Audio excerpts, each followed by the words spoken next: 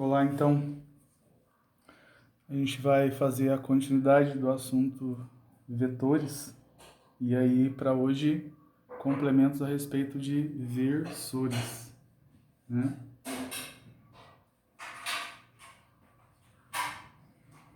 Mais conhecidos também como os chamados vetores unitários.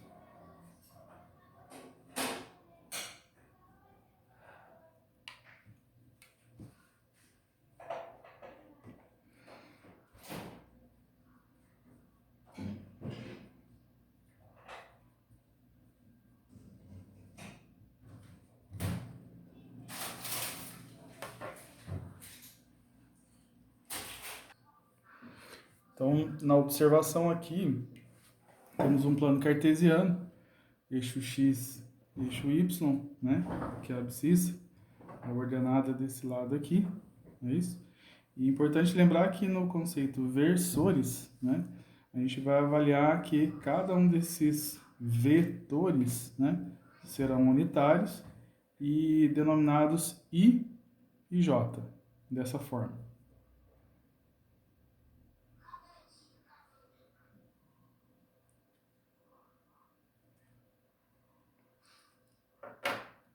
Neste aspecto, então, o I, por sua vez, ele é pertencente ao eixo X e o J pertence ao eixo Y, né? Então, numa simbologia da matemática aqui, I pertencente às abscissas, J pertencente à ordenada, né? Ao eixo das ordenadas.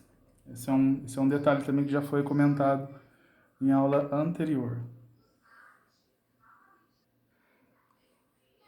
Então, revisando um pouco mais, a gente tem o conteúdo, o exemplo algébrico, né? O caso do exemplo algébrico, o que ele vai trazer de importante? A simbologia desse vetor através do I e do J. Então, dessa forma, a gente vai perceber, né, um exemplo algébrico, eu tenho o quê? Um vetor V, né? Aqui a seta no alto da letra, tudo bem? E, em termos de versores, citando um caso muito simples, né? Um I, né? Onde a setinha vem aqui ao alto do versor, mais um J, né? Onde a setinha aqui vem ao alto do versor. Isso aqui é um exemplo simples, né, de um vetor representado algebricamente. E aí, nesse mesmo conteúdo, eu posso perceber que a representação gráfica, né, que aí consiste na montagem ou posicionamento desse vetor nessa região aqui, né, no plano cartesiano, fica bem fácil de perceber. Então, assim, imaginemos que aqui eu tenho um vetor, o versor I, né, com uma unidade só, poderia ser qualquer outro valor, negativo, positivo, diferente de 1, né, até mesmo 0, mas aí já cairia num outro conteúdo. Mas assim, um I, uma unidade aqui na abscissa. Então, escolho aqui mais ou menos uma escala e uma unidade em J, uma outra escala, né?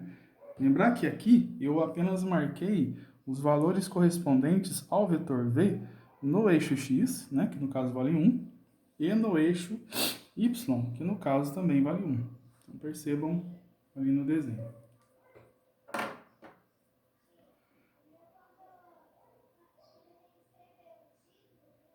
Certo?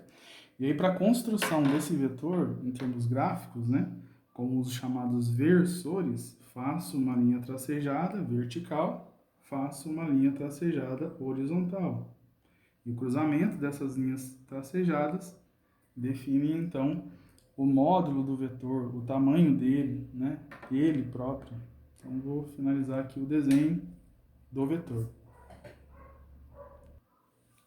Então, é perceptível aqui a construção, né, gráfica desse vetor V, que vocês perceberam no exemplo, ele vem para cá, né? Então, aqui o exemplo algébrico, aqui o exemplo gráfico, muito simples a montagem. Lembrando que para vetores nós temos uma vasta quantidade de assuntos, né? Se a gente fizer referência à graduação, à universidade, vetores ainda é bem mais amplo. Para esse estudo do primeiro ano, a gente vai, claro, adotar uma certa orientação mais resumida, né? Mas são conteúdos bem importantes para a aplicação do curso técnico, ao menos, né? Posso aqui acrescentar mais uns 2 exemplos algébricos e a junção desses exemplos algébricos através do gráfico. Então, retornando aqui, para vocês terem uma ideia, vou utilizar mais 2 casos, o vetor x, né, esse que está aqui algebricamente em azul, 2i mais 2j, e o vetor z, que está aqui em verde, menos i mais 2j. E aí a representação algébrica desses 3 exemplos, ela pode ser transferida aqui para a forma gráfica, né? Então, o que eu posso perceber é que o x fica bem simples também de ser representado, 2 unidades em x, 2 unidades em j. Então, vou lá ao desenho.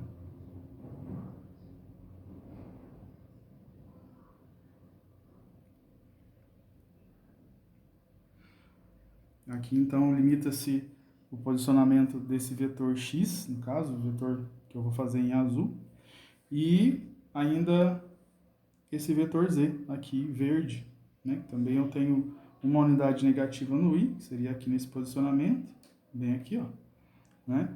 E 2 unidades positivas em j, e aí pega esse posicionamento aqui, tá? Mais ou menos assim. Tentar manter o paralelismo da linha tracejada com a ordenada e a abscissa, e aqui o ponto limite da extremidade do vetor. Complementando o desenho, então,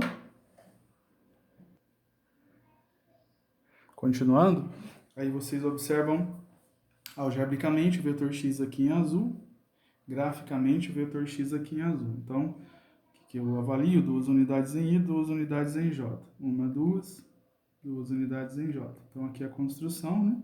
E o vetor azul aqui, x, né? E ainda o vetor z, menos i, mais 2j, né? Facilmente você percebe o menos i aqui, menos 1i, né? Mais 2j, 2j, né? E aqui o ponto final de encontro das linhas tracejadas e o vetor v em verde, ali, como a gente gostaria de comentar.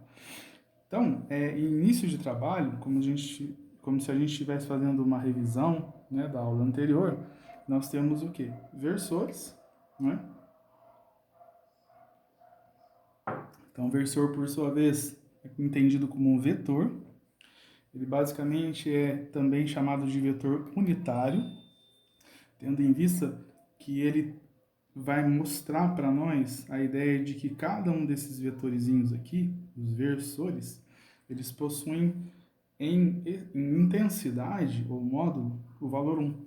Então, a gente pode até comentar, por exemplo, que se eu quiser pensar em termos do módulo de um vetor i ou de um vetor j, esse módulo, por sua vez, é igual a 1, né? Por isso que ele é chamado de vetor unitário. É o único caso em que a gente avalia um vetor unitário, né? No caso do módulo do vetor i, ou no caso também do módulo de um vetor j.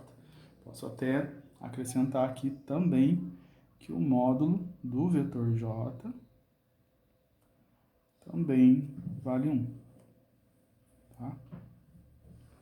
E para comentar um pouco mais, como eu já disse para vocês, uma espécie de revisão em termos de versores, que é um vetor unitário utilizado para representação gráfica, né?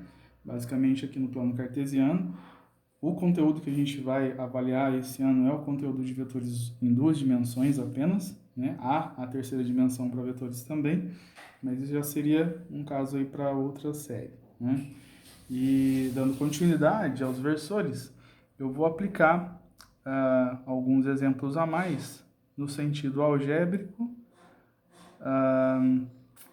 com as operações, tá bem? Então, vou utilizar esse mesmo exemplo que está aqui, os vetores v, x e z, com as chamadas operações dos vetores, para a gente ir aprimorando um pouco mais o uso dos versores, tá bem? Bem, como vocês perceberam agora, nesse salto aí de imagens, né? Eu tenho aqui os 3 exemplos ainda, né? Os mesmos utilizados anteriormente, e a proposta aqui é apenas mostrar a questão das operações com os versores. Então, a gente tem a possibilidade de criar a operação de soma e de subtração entre eles, né? Vou resolver aqui um exemplo. E ainda mais, além da proposta de soma e subtração, há também a multiplicação, né, de um número pelo vetor, né? Como se eu pudesse duplicar um vetor, como se eu pudesse triplicar um vetor, ou ainda multiplicá-lo por um número decimal, a fim de diminuir a sua intensidade. Então, eu vou explanar aqui alguns exemplos dessas operações. Vamos fazer um inicial aqui com a soma vetor V e Z, tá bem? E a representação seria essa aqui, ó.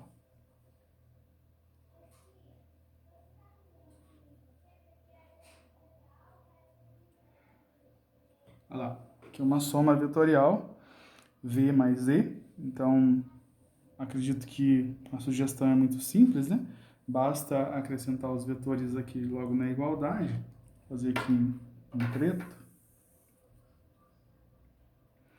Esse aqui é o vetor V, mais o vetor componente J do próprio, mais o vetor Z, né, que é menos I. Então é interessante que um parênteses aqui é legal ser apresentado. Olha lá. Já que eu tenho um componente aqui versor I negativo e um componente versor J positivo. Então, toma cuidado aqui com regra de sinal, né? Se fosse um menos aqui, por exemplo, aqui seria menos e haveria uma regra de sinal. Mas, bem simples, perceber que o cálculo aí do V mais E fica igual a... Continuando esse trecho, então, desse exemplo, você percebe que